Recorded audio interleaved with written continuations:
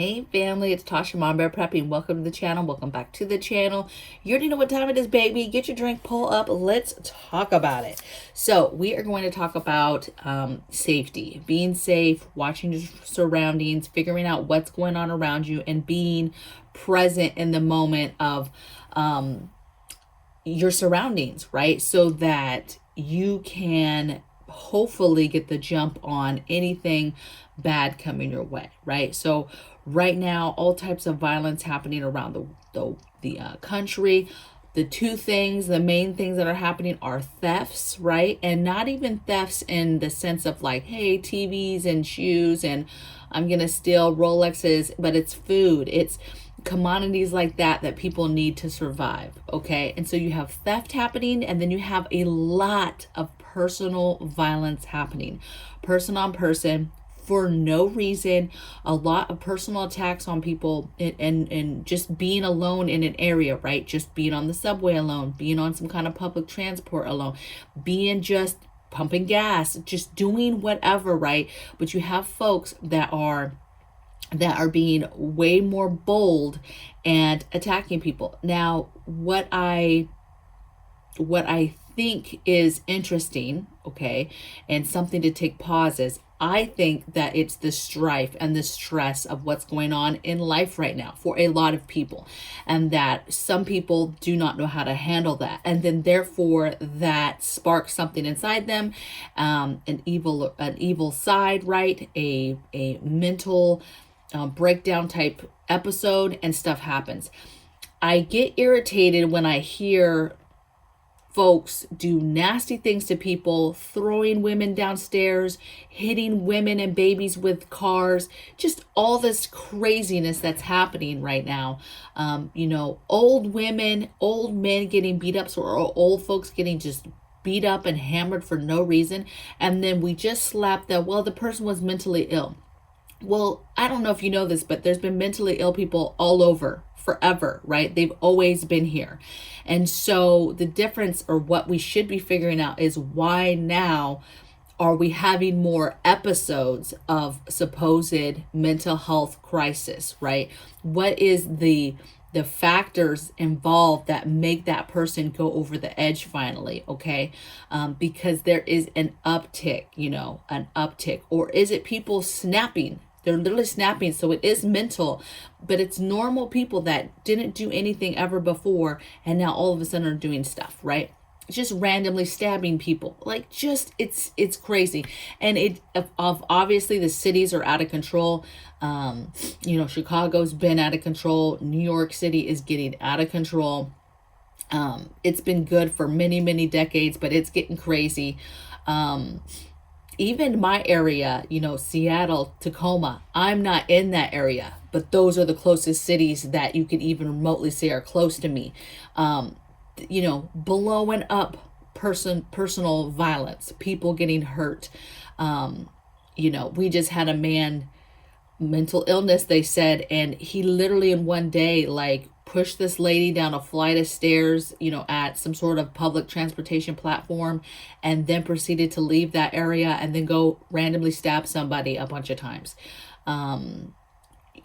It's just insane. So I say all that to say, you've got to do your part. You have to be vigilant in what was going on around you. And I have some tips. I wrote down, let's see, 1, 2, 3, 4, 5, 6, 7, 8, 9, 10, 11, 12, 13, 14, 15 things that you can do to hopefully help protect yourself a little bit more. So first thing I have is scan your surroundings. Anytime I go anywhere, if I step out the front door, to get the mail, okay, if I am getting gas, if I'm grocery shopping, if we're out and about eating, we're shopping, we're out and about all. I'm going wherever, okay? It doesn't really matter. My head is personally on a swivel.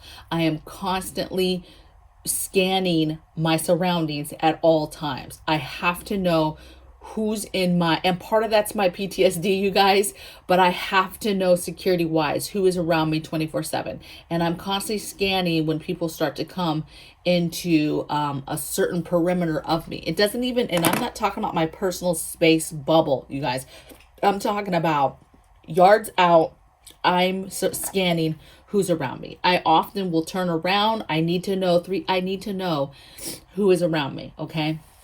As I walk into a grocery store, I'm scanning what customers are close to me, how close are they to me, what are they doing around me, right? I'm scanning. Okay, they just got groceries. They're putting their groceries away. Okay, there's a gentleman over there walking. Okay, he appears to be walking into the store like I am.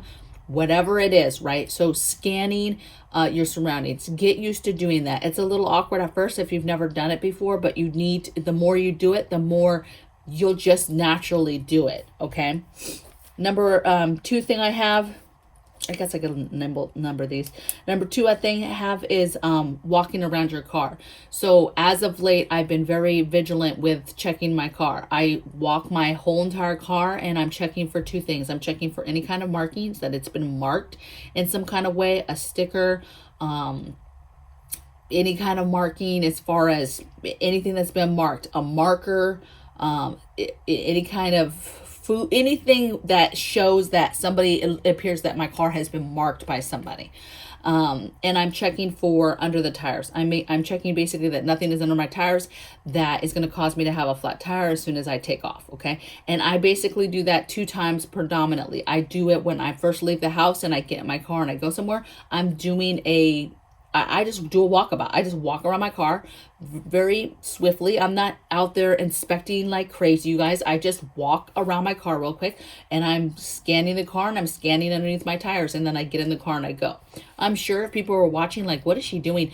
But I don't know. Maybe I'll just check on my tires. I thought they were low. I don't know. I don't really care what people think.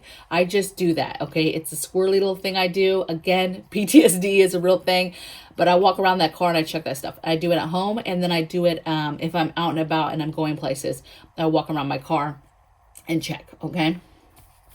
Next thing I have is locking doors immediately. What I mean by locking doors immediately is, I go to the gas station, I start pumping gas, and then I get in my car and I lock my doors. I go to the grocery store or I go somewhere, I get in the car, I lock my doors, right? So anything that I've done, mini mart, you name it, doesn't matter, I lock my doors. I pull up to the ATM, I make sure my doors are locked so that I'm not getting ambushed from the other doors, somebody jumping in my car. I basically just got in the habit of, hey, I go grocery shopping, I load up the car, I get in the car, I lock the door. The doors are locked, right? Before I've even turned on the car, the doors are locked, okay? Just not playing for any kind of extra scenarios to happen in regards to somebody being able to enter my car.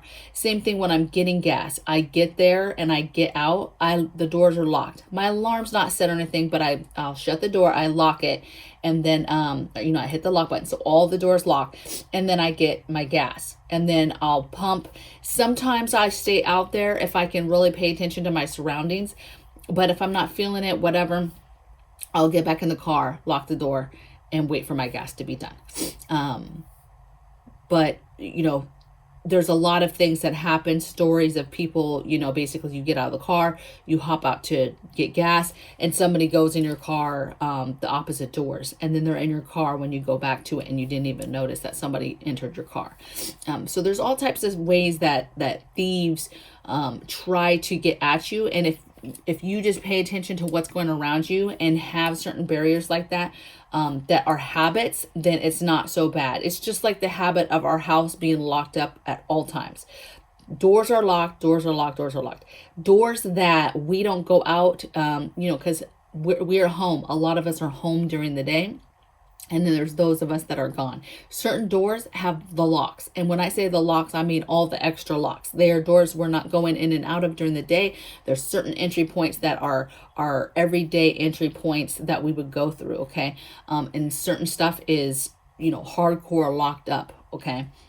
More barriers is what I'm talking about. Number four thing I have is buy smaller, right? Just being smarter about your grocery shopping and your shopping in general right now, right? People are out there looking for targets. They're looking for people that are buying a lot of stuff, maybe flashing a lot of cash, whole cart full of food. Okay, I can follow that person home, maybe make their car inoperable, whatever it is, and get that food. So that's not cool to me. I don't like that. So smaller, I'm making more trips more often, even bulk items. If I'm getting bulk items, first of all, right now I'm shopping sales, so even bulk items, I end up not having a whole cart. I just getting specific things that are on sale, and yes, I might buy it in bulk, but nothing to alarm people and make people be like, oh, she's got a lot. Okay. And when I say bulk, I'm not buying the whole cart full of something, right? Because it just puts a target on you. If you go to the store right now because there's a tampon shortage and you buy a whole cart full of tampons, hello, that gets everybody's attention. Why does this person have this cart full of these tampons? And so, but if you go little by little, here, a couple boxes when you go to the store, a couple boxes you go to the store, whatever the case, right? Buy smaller. You've got to not be buying these big carts full of food that everybody can see, okay? It's just you're taking a chance these days with being a target and people seeing that and being like, you know what, I'm gonna follow this person home because I need that food for my family. And really, it might not be that dangerous right now, right? But it's going to get bad, right? The less and less food that is on the shelves, the more this upticks, the more this violence, this personal violence that I'm talking about, this theft, this following people home, this stealing food, making a big deal about what's in your grocery cart, that stuff's going to matter more and more the less food that is on the shelves. Number five thing I have is park closer, right? So park closer to the store. Obviously, people try to park close, right? Because they don't, that's the thing, park close. But a lot of people I know for exercise and different things like that, they park far away. That's not the thing to do, right? Parking under lights, parking under cameras, if you know that they have a camera system, and parking as close as you can, and not parking out. I know some people do the opposite of this. They park out so that again, they can check their surroundings. The closer they go to that car, you really can check your surroundings because there's less people and less things, but you take a chance. So I'm just going to say that's your personal call on your own defensive skills and all that, on what your plan is. And if that works better for you, then that works better for you. Okay. Number six, cars following. So just paying attention to when you leave a store, and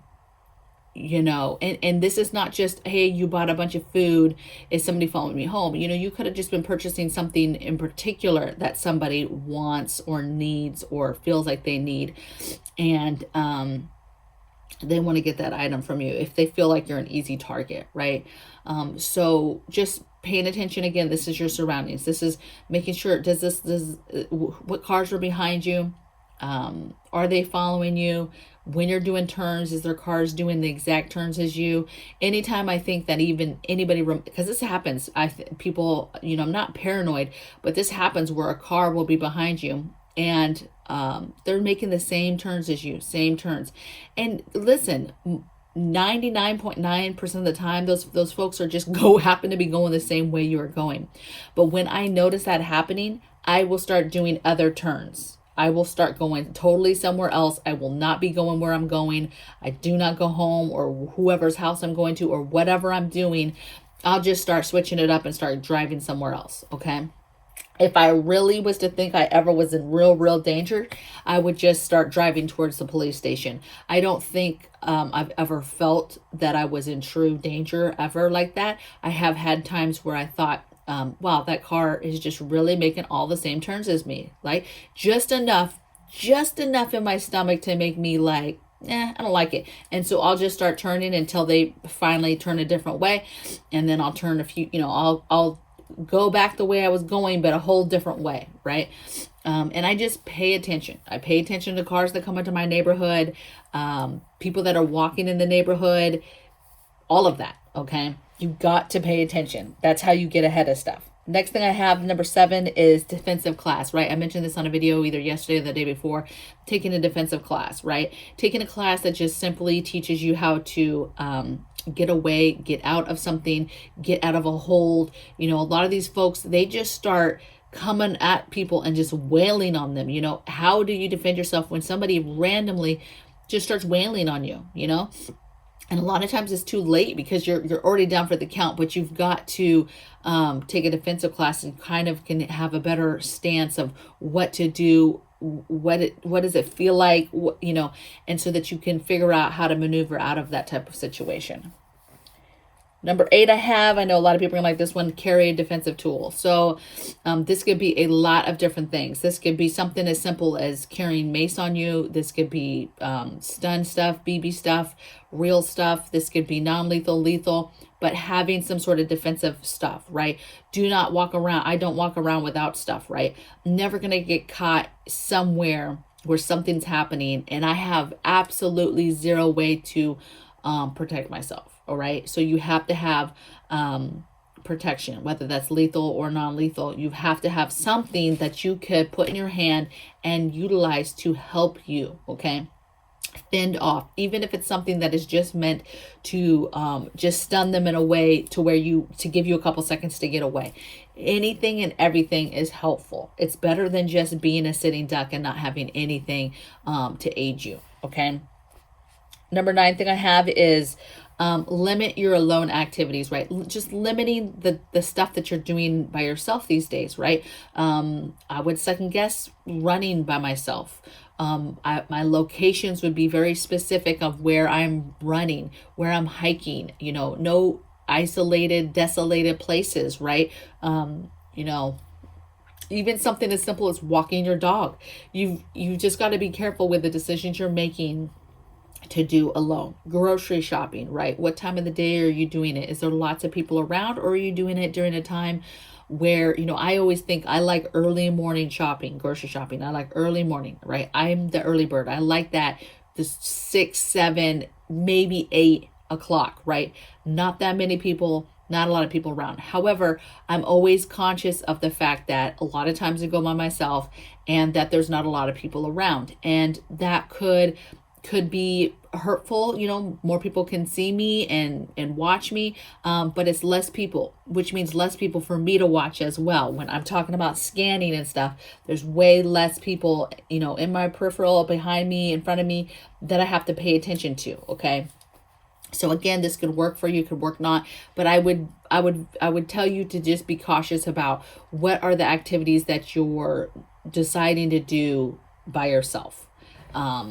And what do you have to aid you? What's your plan? You know, if you were attacked while you were hiking or you were walking the dog, what is your first course of action if any of those things happened and you're by yourself? Okay. Number 10 thing I have is knowing your exits. So anytime I go somewhere, knowing your exits, knowing how to get out of a place. You know, it sounds weird, but there's so many active shooter type situations that are happening. You never know where that's going to happen. And so just simply even walking to a store, into a restaurant, you know, I'm the type of person, my back has to be up against the wall. I need to be in a position, an area, and sit down where I can see, you know, the whole restaurant. We figure out where the exits are, where we would go if we were simply eating dinner somewhere and something happened, somebody crazy came in the front door. How would we get out? Where would my family go? Oftentimes we'll go somewhere and we'll just verbally say out loud, hey, there's the other exits, and make sure the kids know and everybody just that we're with just knows, hey, there's the other exits. There's whatever. Okay. It seems silly, but when you employ this stuff into your family and your everyday life, it's not that silly, and it's not easy to be seen. It's just normal stuff for us where it's just normal. Okay.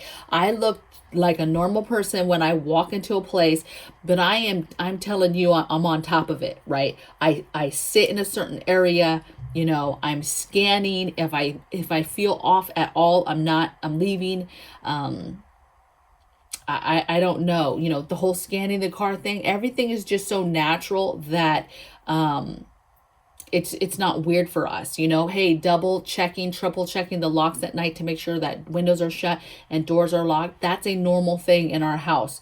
All the kids, everybody knows that that's a big deal, right? It's nothing to be played with in my house. All right.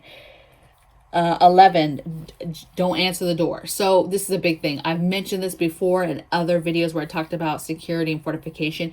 Kids don't open doors. Kids don't open doors. Not even teenagers. Kids don't open doors in our house. Okay. An adult opens the door or the door doesn't get opened. I don't care if I'm home. You do not open that door. You don't come to the door with me. You know, that's just protocol, okay? Safety. If for any reason I don't know who the person is, I don't, whatever, I'm not going to open the door. But oftentimes, you know, if it's, I know I'm getting a package, let's say, for example, and it's the UPS guy, and I know I'm getting a UPS package, you know, I'll open the door, say thank you. Grab the package, go, right. So there's certain things, you know, I'll open the door, I peek out, I see it's the neighbor and they often come over for help from us. Okay, I might open the door. But if it's just some random, you know, ness what's going on, there's a lot of time I'm not going to answer the door. And children and kids, minors, are definitely not opening the door. Okay, we are to open the door. Number 12, I have is secure and fortify the home, right? So this is basic stuff. You know, get your security systems up, get your lights, get your fortifications, get your extra locks, your gate locks, your entry point locks for your windows, your doors, barriers for slowing down somebody kicking it in or breaking a window. Whatever it is, get that stuff, get it locked down, okay? We have several videos on that type of stuff too, if you want to get more information about that. 13, I have private offloading. So this is very simple. You know, you bring home groceries, you bring home anything that you've bought, you offload it in a private way if possible, right? If you have a garage, you pull into the garage. If you, like for us, for example, we have a detached garage in the back. So I pull around the back. I'm not pulling into the garage, but I'm pulling behind the house where nobody can see me. And that's where we offload, right? Just because nobody needs to know what I'm doing. For a while too, I was offloading other stuff, like, oh, well, it's not food, right? We were offloading food stuff in private, in the back, whatever. But then when it came to, let's say, gardening stuff and project stuff, like wood for projects and all this stuff, we were just offloading right there in front of the house. And I finally, this is probably like a month and a half ago, I was like, whoa, we gotta stop doing this too, because it gives a perception that, like, fruit fly, it gives a perception that you have money, right? If you're times are tough right now, and if we're showing up every day with wood and project stuff, and we've gone to Home Depot, you know, we go to Home Depot like 1,000 times a day sometimes, I feel like, but people see that and it's just a perception of like they have money, and it's not necessarily food that they're seeing, it's other things, right? When they see me bring home pots and plants and all this extra stuff all the time, every day, all throughout the day, that's a perception that we have money, we have things. One, they can see, oh, they have a big load of wood or whatever. So now we pull in the back and we offload that stuff in private again. Okay, we go to the back and it goes straight to the garage, or it goes to wherever in the backyard the project is at anyway, okay? You got to stop letting people see what you have, because it's perception. When things go bad, people are going to remember things and remember like, oh, they had that, or oh, they used to get that all the time, or they have money because they're always buying stuff, you know. Start letting them see you not get packages from Amazon, not having a bunch of stuff offload, you know. Stop letting them, your neighbors and people around you, see what you're doing, okay? Number 14 thing I have is don't help people. You know, this is a harsh one, right? Because people are like, well, I'm a Christian, and if somebody needs help, and no, I'm not stopping to help people. I will help them in the sense of, if I see that they need help, I will call 911 on their behalf. I will go up the street and I will call 911 on their behalf. But I'm not helping people. I don't stop to help people. I don't stop to give money to a homeless person. You know, first of all, there's too many to help. That's the first thing. You cannot help them all. You're going to go broke trying to help them all. Okay. And second of all, it's just a hard call to make anyway, because it's just hard understanding where that money goes. And a lot of that money goes towards drugs and addictions, and some of it doesn't, right? And I get that. But again, I just choose, I'm just not going to help people. People that are evil out there, that will use your kindness against you to get you into a situation, right? So I don't like people walking up on me. You know, when somebody, like, let's say you're at the gas station and people start walking up and I'm like this right away in the car, like, nope, like this, go away. And I'm saying that. Go away. Nope, go away. I don't want to roll down my window. I'm not talking to you. Keep it pushing. I'm not the one. Okay. I just merely am not going to put me or my family in a situation that gives them the opportunity to do anything. Rolling down a window and now they can just come up and try to grab me, grab at something in the car or whatever, right? I'm just, not doing it. Okay. Not doing it. And then the last thing I have, you guys, 15 is clean up your valuables, right? Around your house, right? What is around your house that people can visibly see, right? You have expensive patio furniture right out front. You have, you have your barbecuers out front. You just have all this stuff that people can visibly see. And when times get tough, that they know that, okay, I'll just wait till nighttime. I'll just walk up to the house and I'll just then take whatever it is that I want that they see from the house, right? And that could be something as simple as vegetables, right?